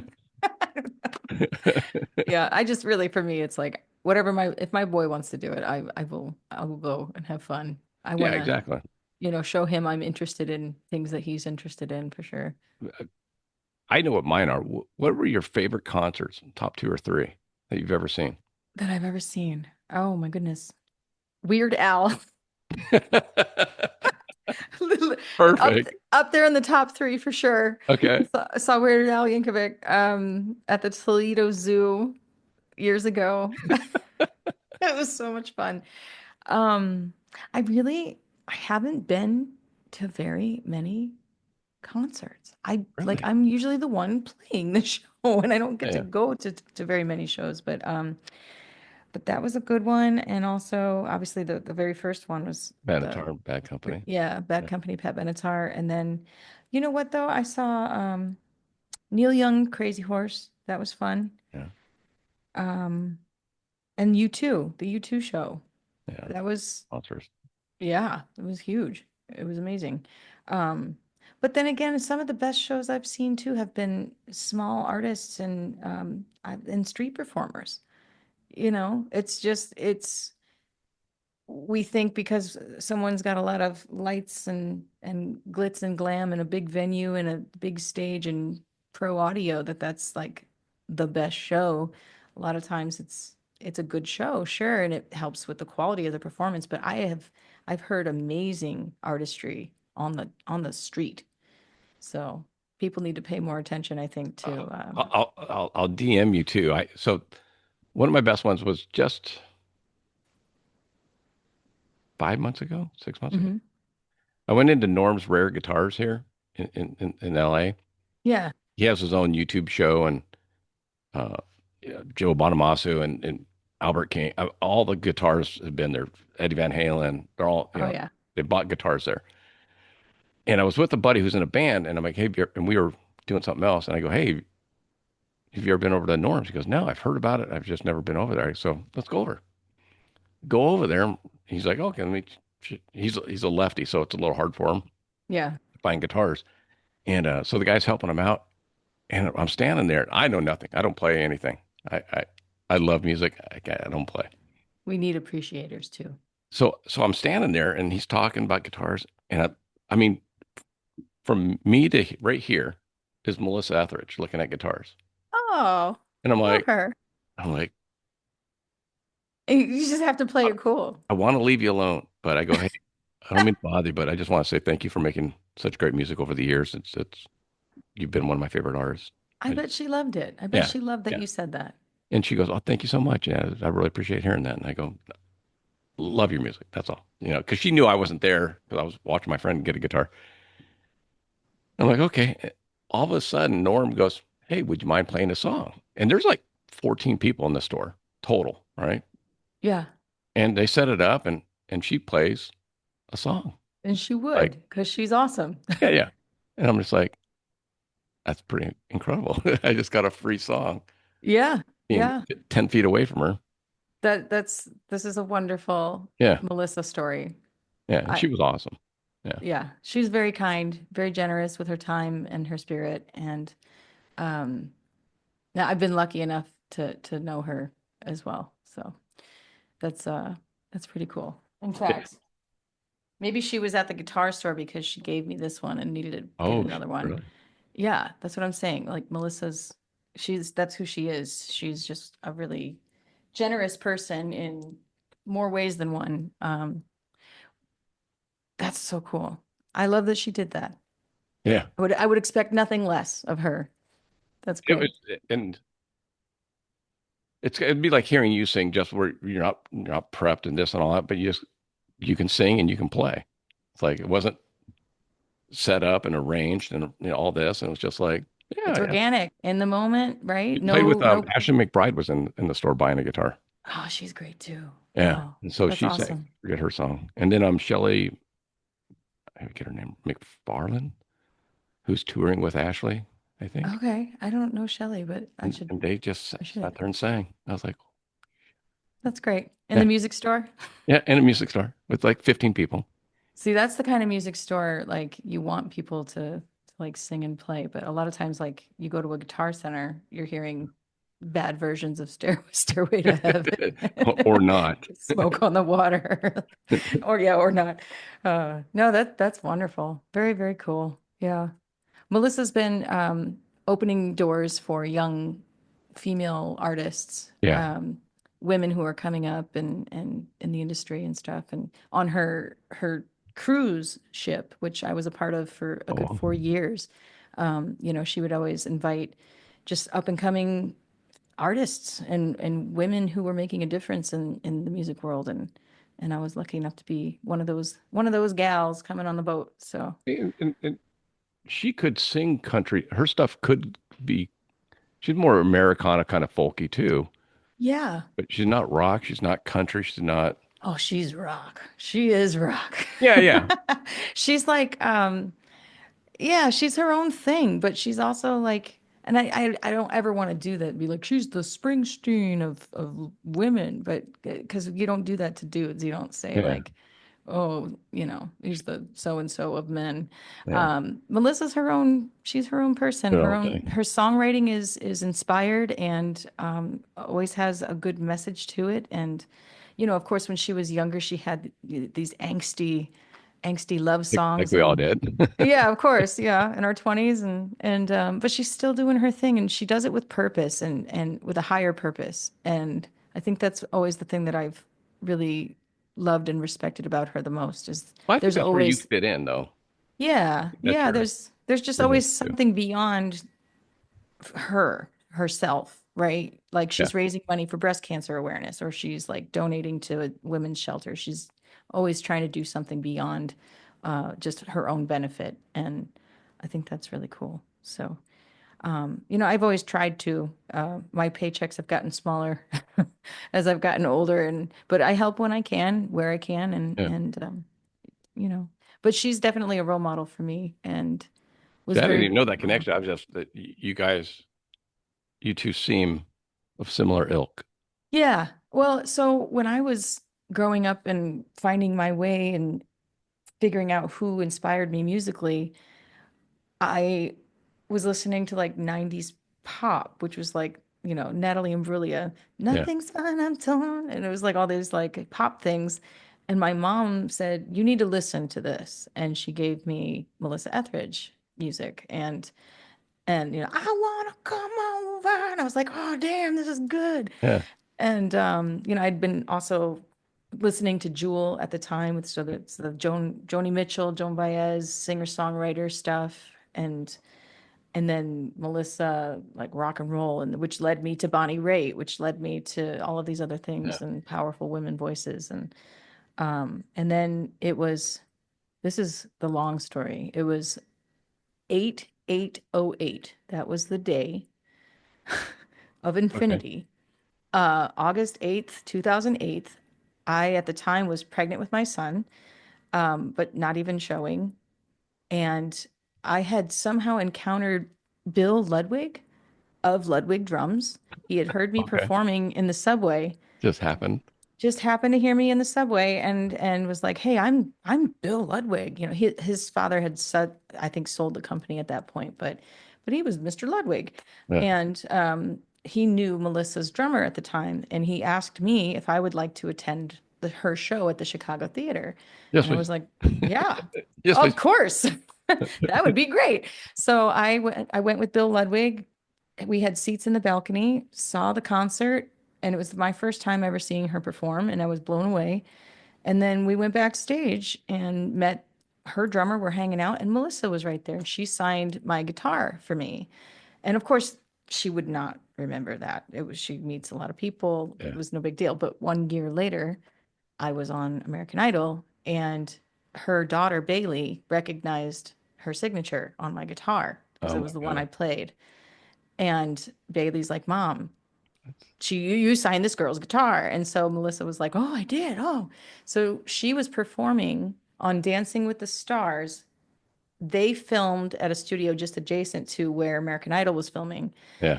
She made it a point after she had performed to come over and visit me and say hello. That doesn't And happen I on a was, regular basis. what's that? That doesn't always happen. No, it doesn't happen at all. And I was just like, I was speechless and Yeah. so giddy. I couldn't believe it. Like, and she didn't remember meeting me the first time, but she, came over, introduced herself, and we got to know each other. And then when the American Idols tour happened, she was so kind. She opened up her home in Calabasas to my son, who was just a toddler at Yeah. the time, and the caregiver stayed there at her house for 3 months. And she didn't know me from anybody. She just said, I'm going to be on tour. You're going to be on tour. Like, let them come here. We've got a pool. It's nice. It was amazing. It was really amazing. And then she just, for the past many, many years, has been so kind. This guitar she let me play on the show because I sang her song "Come to My Window" Yeah. on American Idol, and she just said, "Ah, keep it." So that's, I mean, like, she's just, I love hearing other people who have wonderful stories about her because Yeah. it's consistent. It's consistent to what I know about her. Well, and that goes into that's why I always tell people, like I said earlier, is celebrities have bad days. You know, I met Ted Danson. But it was at a doctor's office. So Oh yeah, I'm he not doesn't going to want to be go, there. hey, What's up, nice Ted? to meet Yeah. you. And like, he was like in thought. And I'm like, he might have just gotten bad news or good news. It's like Yeah. place, time, the whole thing. Yeah, but it still probably was a better encounter than I met Ron Jeremy at the Rainbow. Oh my God. One time. It was, let's not talk about that. But geez, yeah. Yeah. Yeah. Nobody When would that ever be a good story? no, it was a terrible story. I don't know. I'll let my listeners Google I him think to find out. Yeah. I had never seen his work. I had just seen him on, it was like VH1 had this reality show called The Surreal Life, Yeah. and Yeah. that was all I knew of Ron Jeremy. And so I saw him and I was like, "Hey, you're on that show on VH1." And I shook his hand, and my friends with me after we left, they were like, "What the fuck is wrong?" What are you thinking? And then I immediately regretted it. I was like, that was weird. That's a good one, though. But yeah, Ted Danson at the doctor's office. Sometimes, people have bad days and stuff, or I think too with celebrity, whatever this thing is that we call celebrity, like I really loved before being on Idol anonymity. I always have trouble Yeah. saying that word. I Yeah. got it first try. Anonymity. Nailed it. We like want to go to a bookstore or whatever and sit and sip coffee and read and be invisible. And once you reach a certain level of notoriety, you don't get to have that really anymore. Um, I literally talk about that a lot because I, I can't imagine, like I interviewed Emmett Smith, the football player, and mhm. one of my friends is a huge Cowboys fan. And I go, he's been famous since he was 17. He was the number one football player in the country in high school. And then he won the Heisman Trophy and then the Super Bowl. I mean, and Yeah, he's 54, 55. I, how would you be if you were famous for 40 years, right. Yeah. Justin Bieber, Johnny Manziel. Johnny Manziel was 21 or 22 when he went to play for the Browns, a multimillionaire, Hmm. world famous. How would you be if someone when I was 20 and you gave me that much money? Yeah. Probably be a jerk for a while too. Yeah. Yeah. They say, what is it? That wisdom is wasted On the on old, uh, on the old or yeah, something. Or no, it's somewhere in there, but wisdom is wasted on the youth because they don't have any. right. And you'll get it once yeah. Yeah. I mean, yeah, I'm sure I've had my moments. If you ask enough people who've met me, I'm sure somebody would say, "Oh yeah, she's a bitch." Well, I was going to ask that. That was my question. Was what's it like traveling? I mean, you, you get recognized at a gas station or whatever, and you're in your van. It's like, I oh I yeah, hey, hi, yeah, I don't usually get recognized at gas stations though, or because wherever. I mean, I I'm the frumpiest looking person when I travel. I like there's no effort put into my appearance at all when I'm traveling. And then once I'm you're not camera ready at all times. I get it. no, never. Like I don't wear makeup unless I'm being paid to. Or, I'll wear makeup. I put makeup on for this. I put makeup on for the show or whatever. Yeah, And but otherwise it's like, I have like ratty hair and yeah, frumpy clothes and it just I don't know. And also since I got rid of my notorious hairstyle, that I had back when I was on television, I'd get recognized far less. And that was kind of the point for me. yeah, yeah. My manager at the time said, "Don't do it." And You but did that it. was the point, really. I couldn't really go anywhere without being recognized. And I wanted just sort of, I wanted a little bit of my privacy Yeah. back. Um, and it worked. And some people were like really mad at me for cutting my hair. Oh, how'd you do Yeah. that? And some people were like, oh, I hated him anyway. Glad you made the change. But when it comes down to it, my opinion is the only one that actually Yeah. matters. Um, but I forget where I was going with this. Well, no, We're talking. anonymity, and kind of getting recognized and that type of thing. Yeah. Every now and then it happens, usually when I present a form of payment with my name on it. Right. It's a Um, rare name, so yeah, makes sense. yeah, and my poor twin brother, I will tell you, my family back home, that it's a very recognizable name Yeah. now. And I remember right after Idol, my brother was like so mad at me. Why'd you have to go and be famous? I can't go anywhere. People, it's like, sorry, brother. Sorry, bud. Yeah, instead of like, good job, sis. Yeah, yeah. Well, It's like, fuck you for being I famous. get that. I mean, God, my sister become famous, I'd be like same way. I'd be like, Yeah, yeah. But and I get it too. And actually my older brother and I just recently started having more conversations about just what it was like for them from their perspective yeah, when all of that hubbub was happening 15 years ago. People were coming out of the woodwork. They were getting calls from like National Enquirer, and like my brother said he met a woman on a dating app who he really thought was like interested in him, and it turned out that she was like a weird super fan, trying to get closer. closer to me through him. And I was like, I had no idea, bro. I'm so sorry, all that. And he figured it out pretty quickly, but that's weird. Like Yeah. that's weird. That's weird. I don't know.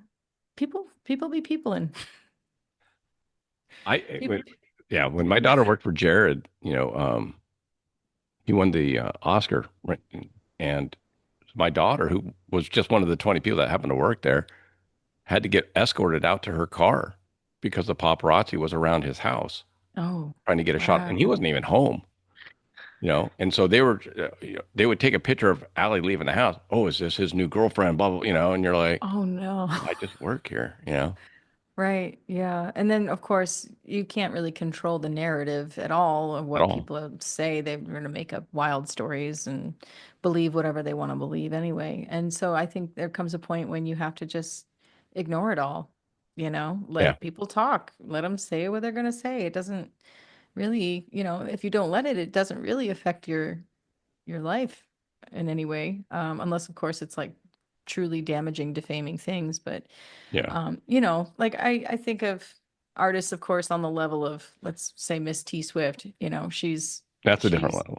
yeah, I mean that's Beatles and beyond. It's Yeah, she can't do really much of anything without security detail. And I think about that. It's not a normal life at all. But you have to find ways to feel normal um within the confines of that. And she's talked about like living in the bubble and all that stuff. And I had no interest really in that. I didn't even when I tried out for American Idol, my purpose was never seeking riches and fame. It was, I got knocked up young. I was a single parent and I needed to turn a $50 bar gig into a career. yeah, And that's what I did. And I was able to do that and provide stability for my son. But I really wasn't looking to, I wasn't looking to be the biggest star. I don't even care about winning awards. I just wanted longevity, and I thankfully have been able to manage that and to have that. And I'm just grateful. I'm really grateful for that.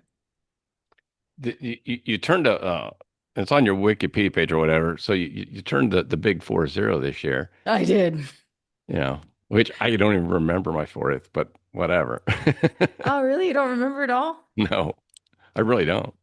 I Huh. remember my 50th. My daughter took me skydiving on my 50th. That's rad. I remember that. I was like, That's great. Oh man. I went skydiving when I was 19. we both Uh, said we'd never do it again. We're I happy. don't ever have to, Yeah. Yeah. I have no purpose to jump out of a plane again. but you did it. Yeah. Yeah. Good on you. Yeah. Yeah. Yeah, I try to think about my 50th, and whether or not I'll have one, I don't really know. Well, you'll Just have a birthday. well, we'll see if I'm still around. I don't Yeah, know. you've got it. I turned 40 and I do have some heart issues and I've got just I see a lot of doctors. I do for a lot of things. And as someone who I was diagnosed with type 1 when I was 6 years old, and there was a lot of instability throughout my 20s and early 30s. And it takes its toll on your organ systems.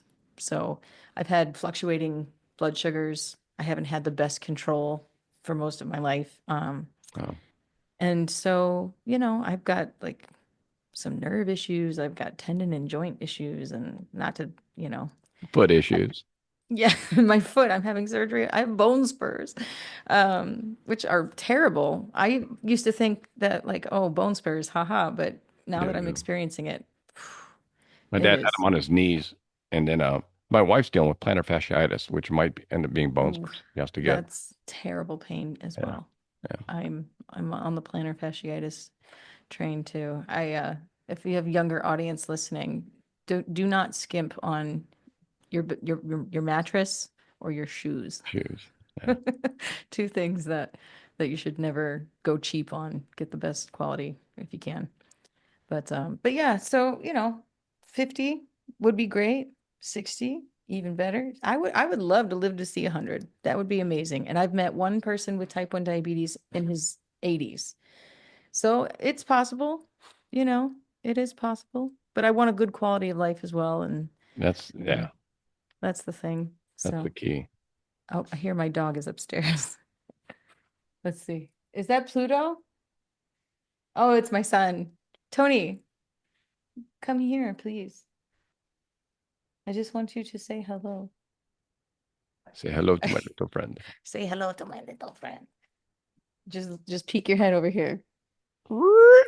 Ah. Hey, bud. Thanks, buddy. Okay. Are you eating chili? I'm gonna get some of that chicken. Oh, the soup. I made chicken noodle soup from scratch last night. So, I'll be right over. okay.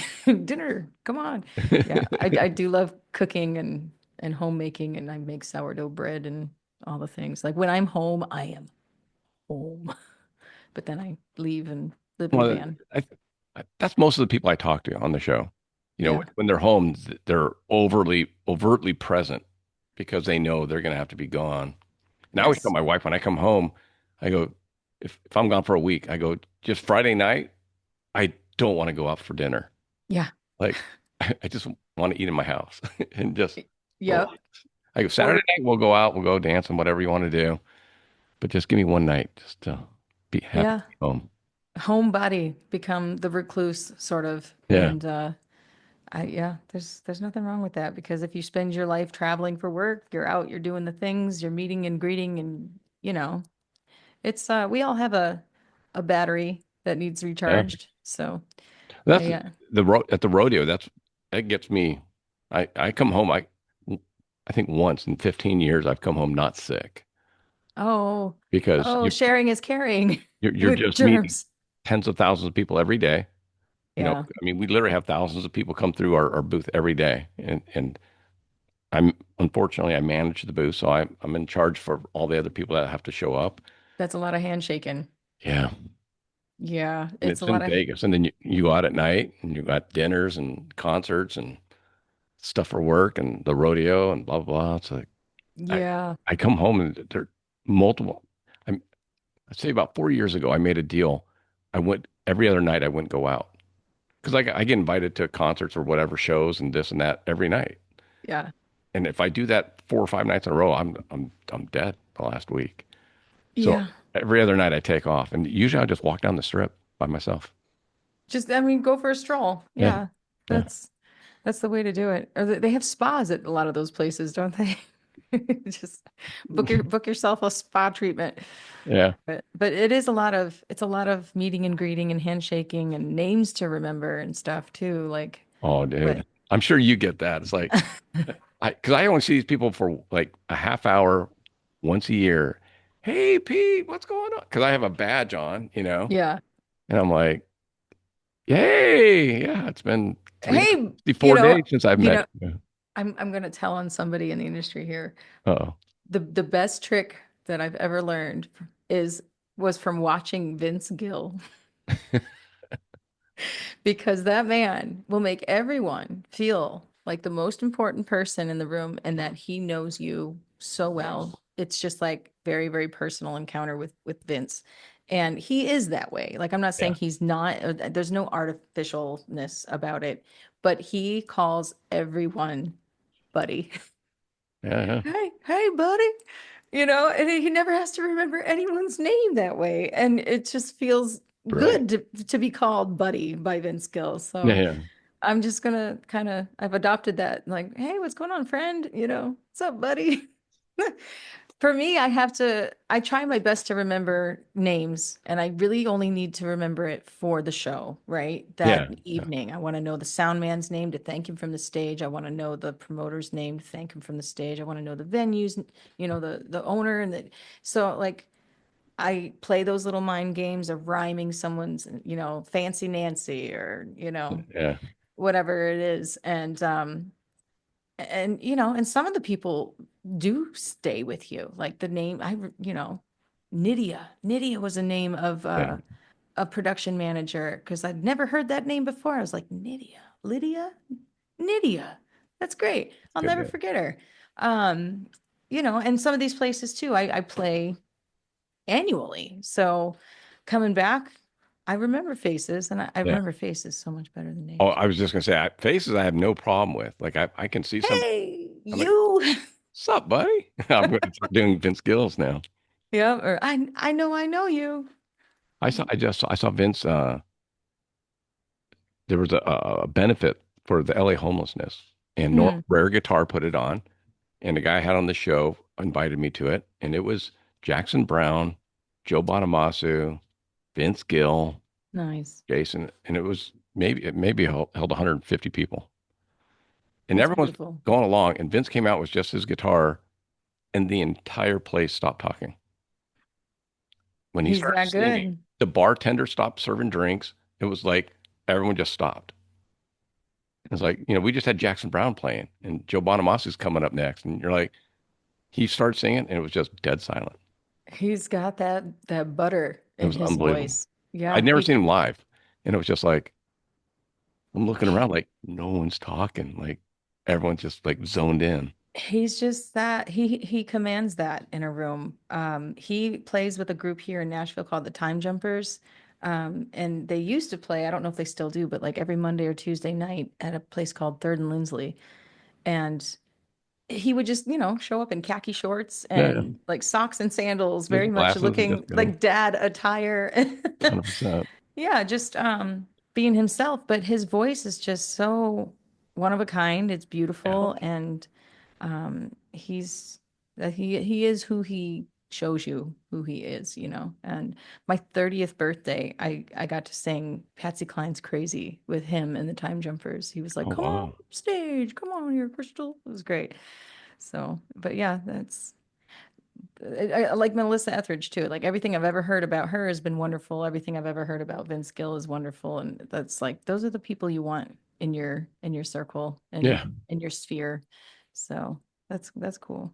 I love to hear that he's doing and that the guitar shop is doing a lot of like charity work and stuff too.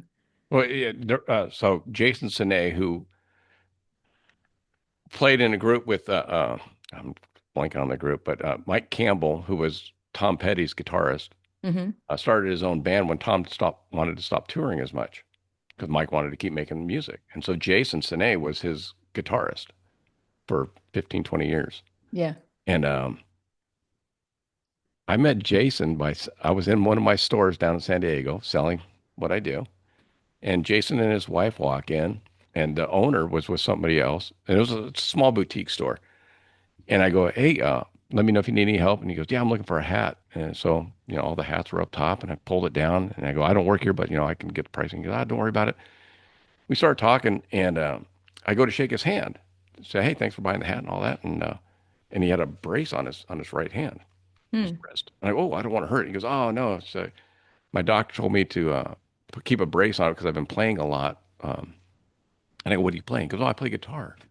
I go, oh, that's cool. And I go, are you playing now? Or he goes, well, then he starts telling me the whole story. And I said, well, I'll have to stay in touch. And because he's from Beverly Hills and I'm in Redondo, so we're not too far apart. And I had him on the show, obviously, because he was touring and all that. And then he invited me to the show up in the Valley. That's awesome. Yeah, yeah. But That's so cool. you just never know, that I think, You really don't. And that's what it's like that in LA. It's like that here in Nashville too. I yeah. mean, your waiter or server is like far more talented than you are.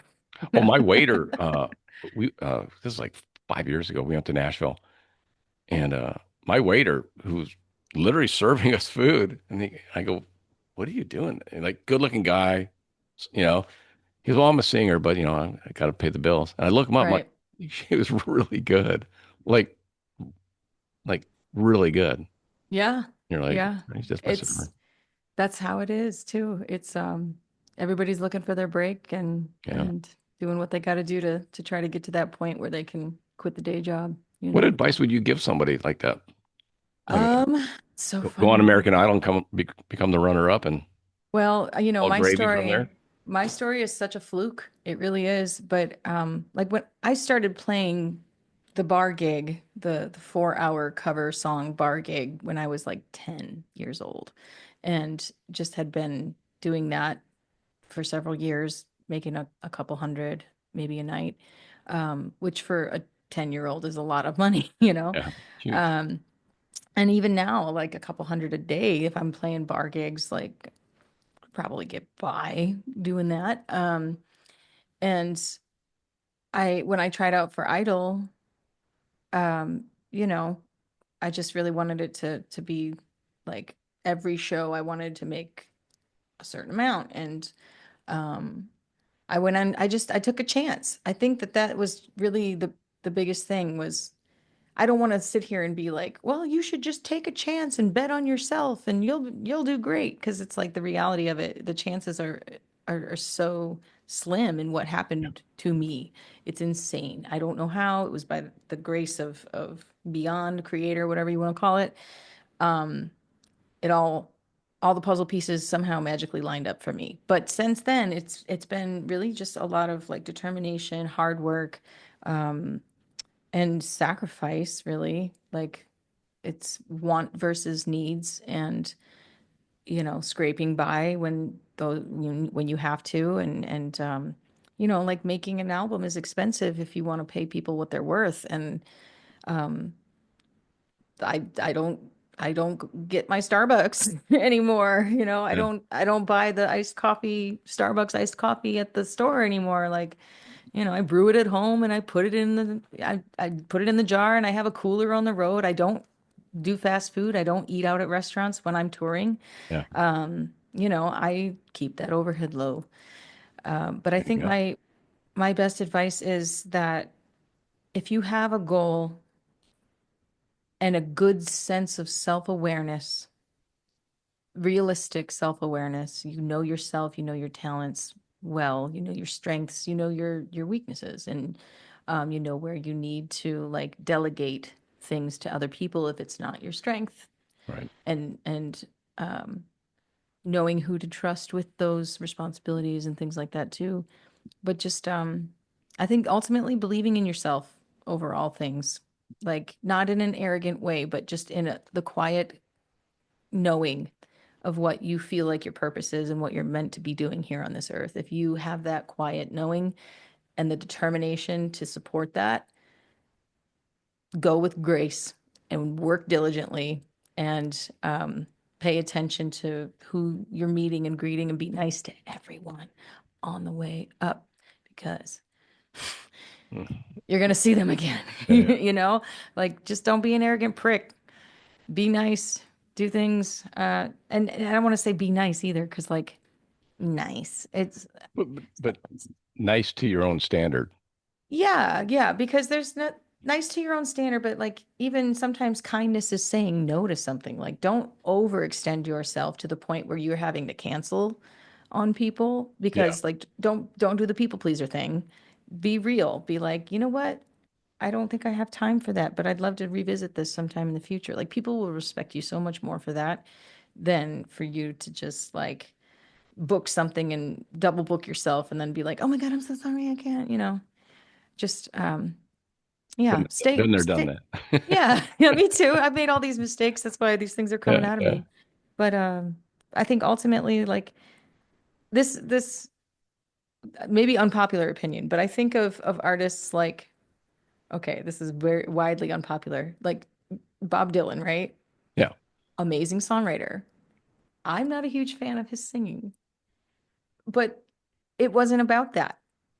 And so I'm sure he heard that in his career. Like, this man, who Sure. wants to hear this man sing? Like, he's nobody, blah, blah, blah.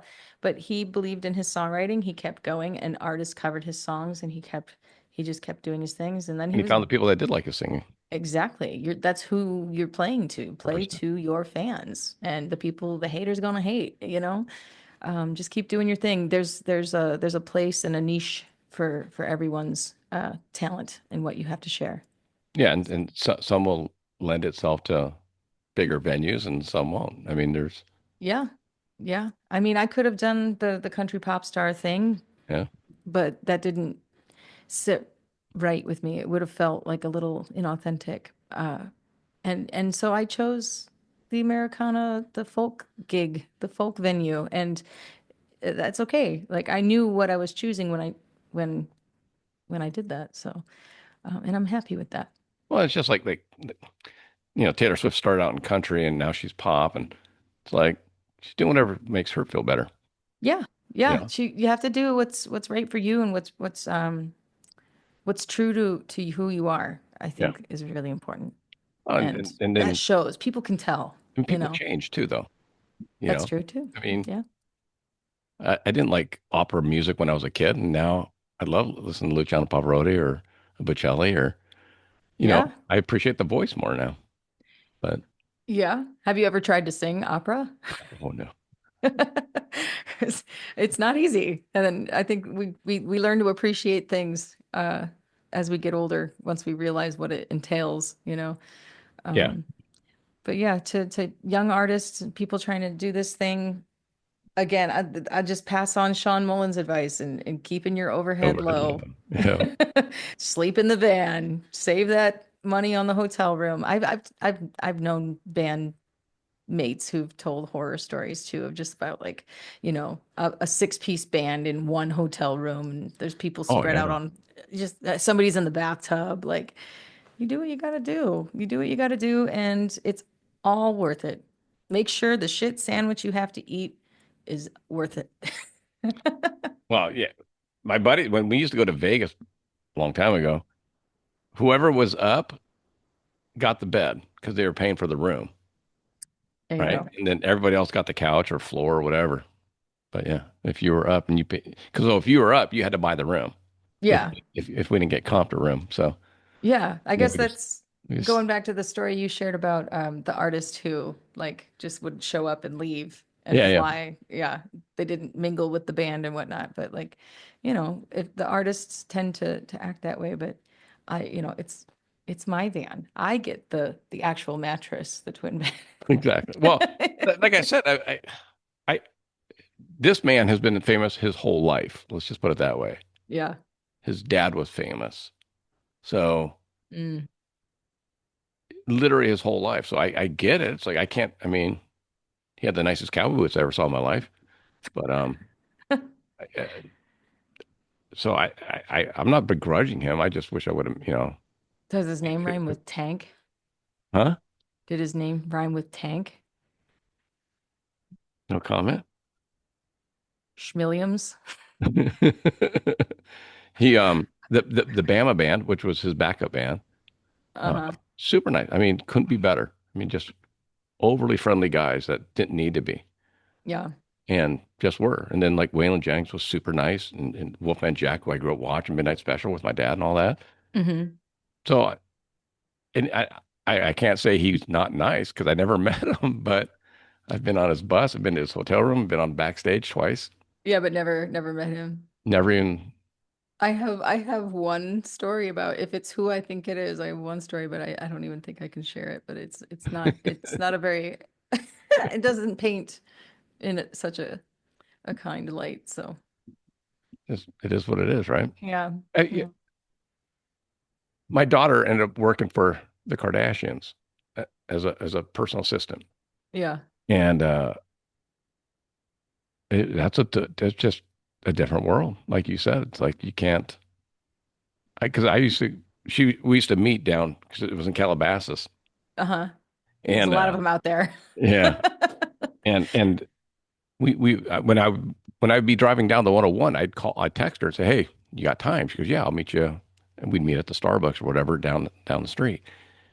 And I go, "What are you doing today?" She goes, "Oh, I got to go here," because Chloe couldn't pick anything up. I'm like, because like if you wanted to go to the grocery store to pick up some butter that you forgot, you Right. get in your car and go to the grocery store and pick up butter. Well, she would get in her car if she wasn't made up and full makeup ready, and Oh, the paparazzi would literally sit outside their gated community and wait for the cars to leave oh my and gosh. follow them. It's And terrible. Right. And they just want to catch somebody in a bad position unflattering. or moment, some double chin photo. Yep. Yeah. And I go because my daughter got followed because she would take their cars to get cleaned or serviced or whatever, and it would follow her because it was blacked out windows and all that. And so she would have to call the Kardashian security and say, "Hey, I'm getting followed," Mm, and they would pull them over and say, "Hey, that's not who you think it is. Just leave them alone. an Yeah. assistant. So yes, leave them alone." But I Yeah. could imagine not going down to like I want when we get done, I'm going to go take my dog for a walk, Yeah. and I don't care how my hair looks. I don't care. You know what I mean? I don't want to have to think about any of that ever. Ever. Yeah. There was a point where I just stopped. I stopped caring. If somebody's going to take my picture, You take it. cool. They're going to take it. And the thing is that I'm going to take it first, and I'm going to post the quote unquote worst The, version the real of story. myself. Yeah, I'm just going to be real and post that and share that Yeah, you all the take away the. time. Because yeah, it takes away the power if some, Rotzi wants to take your photo and you've got bags under your eyes or your skin complexion's not perfect or whatever. You've already posted it. Nobody cares, you know? And I think actually somebody else who's really good about that is Drew Barrymore. Like Yeah, she's on television all the time, but she on her social media is like barefaced and natural, and she posts herself at home just doing normal what we do. people Yeah. things and normalizing that. It really does keep the people from taking these candid photos of whatever beach body. Like, Well, yeah, and they maybe could still take it, everybody but now you else. don't care. Yeah. Right, exactly. And I like how I look without makeup. I like who I am. I got some chunk in here and that's fine. I'm healthy, I'm happy, and that's what's the most important thing. But the pressure that women feel in Los Angeles if they have a bit of fame, like I don't want that ever. Yeah. I feel for them. And just whatever. I mean, some people might be like, well, what do you mean you feel for them? These people are billionaires, blah, blah, blah. But it's, I wouldn't want you that. know, yeah, I wouldn't I've want seen that. it. It's like, I wouldn't want that. I don't know. There's a lot of, I think people put a lot of pressure on themselves. Women especially put a lot of pressure on themselves. They feel like it's this unspoken pressure, and maybe it is, but I think it really comes down to your own thoughts and opinions about yeah, how you look and how you think you should look. Um, that really forces women into getting like work done or having things, I don't want to say mutilated because I think women are also, I support women who want to make changes to make themselves feel beautiful. I think that that's fine too. But there does come a point when it's like, you don't look like yourself. You don't look like you that's anymore, yeah. And it's like, why are you doing that? But everybody's got their reasons, and that's okay. To each their own. And if you feel beautiful, perfect. That's all that matters, I think. It just But seems like nobody should be followed to in their car. That's dangerous. I mean, there's too many examples. Princess Diana. I mean, yeah. That's why Yeah. she would call, and she would call the security company, and then they would slow down. They'd say, "Okay, we'll get off on this exit," and then they would catch up and get out and tell the paparazzi, "Hey, man, that's not one of them."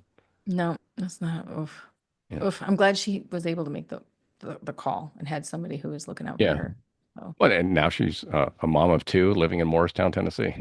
there you go. She got away from LA too. All right. 100%. Yeah. Yeah. Yeah. Well, I actually Got it. have an afternoon. I have an afternoon date Oh, nice. with my honey. Yeah. We can go to crystalbowersox.com, mamasocks.com for the merch. Yep. Social media is all. It's all under Crystal Bowersox, and I always have to spell it on the phone with like anybody. It's like Crystal, last name Bowersox as an X-ray. Got it down. Crystalbowersox.com. My tour dates are there at the Yeah. crystalbowersox.com/tour dates, and mamasocks.com is some merch stuff. And then you have a Patreon, You have the home which concerts. I do. Yeah, I do. Every now and then on Facebook, I do a live stream. Actually, I think I might do one this evening. We'll see. Facebook live streams and then patreon.com/Crystal Bowersox. There's a lot of exclusive content there, music videos that were not released publicly, just live performances and my Clips meanderings. from the road. Yeah, clips from the road, clips from the studio, a lot of behind the scenes stuff on recording in the upcoming album that I'm working on. And what else? I think that's that. Plenty. Come to a show. Come to a live show. You got it. And then I'll stay in touch with you about Vegas. See if you can make that happen. Yeah, that would be awesome. And feel free to reach out anytime. I thank you for your patience and persistence. I What really we do got. appreciate that, Pete. 100%. Thank you. Thanks, Crystal. And Thank you. sure we'll talk soon. See ya.